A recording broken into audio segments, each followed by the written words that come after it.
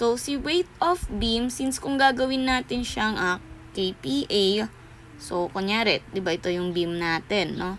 So, kung gagawin natin KPA yung ating beam, so, ganito yung magiging itsura ng kanyang, sorry.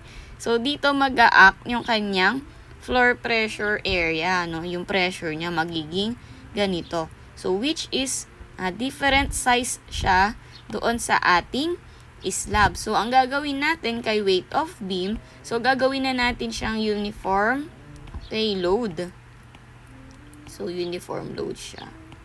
So, to solve for weight of beam, so, ilagay natin dito sa gilid.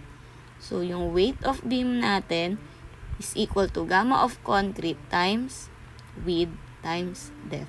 Which is, gamma of concrete natin, 24 kilonewton per cubic meter times, 0.3 yung kanyang width. Ito po yun, 300 meters yung kanyang width. Times pa natin ng 0.4. So, yung kanyang depth na 400 millimeters or 0.4 meters. So, therefore, yung weight of beam natin, so, kung multiply natin yung units, ito ay square meter. So, i-multiply natin sa cubic meter, may matitira pang 1 meter.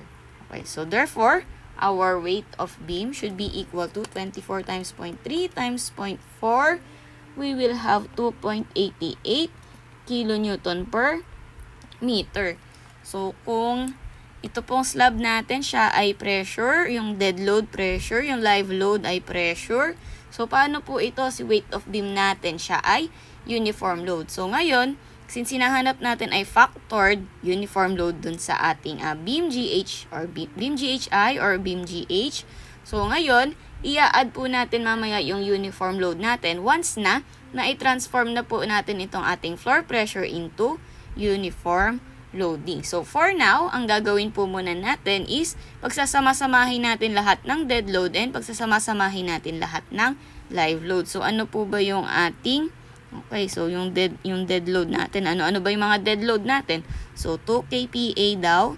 So 2 kPa yung dead load natin and then kasama yung weight of slab which is 2.4 kPa. So ano naman yung ating live load? So yung live load po natin is nag-iisa lang naman siya na 4 kPa. So to do that, pwede natin gamitin yung NSCP provisions natin. However, alam naman po natin na kung mayroon lang tayong dead load at live load, so ang mag-govern po sa ating NSCP provision ay yung 405.31b, so which is 1.2 ng dead load, 1.6 ng live load. So wala naman po tayong roof load or rain load, so therefore hindi na po siya kasama doon sa ating equation. So gamit po yung ating 2015 NSCP provision. So, case number 2.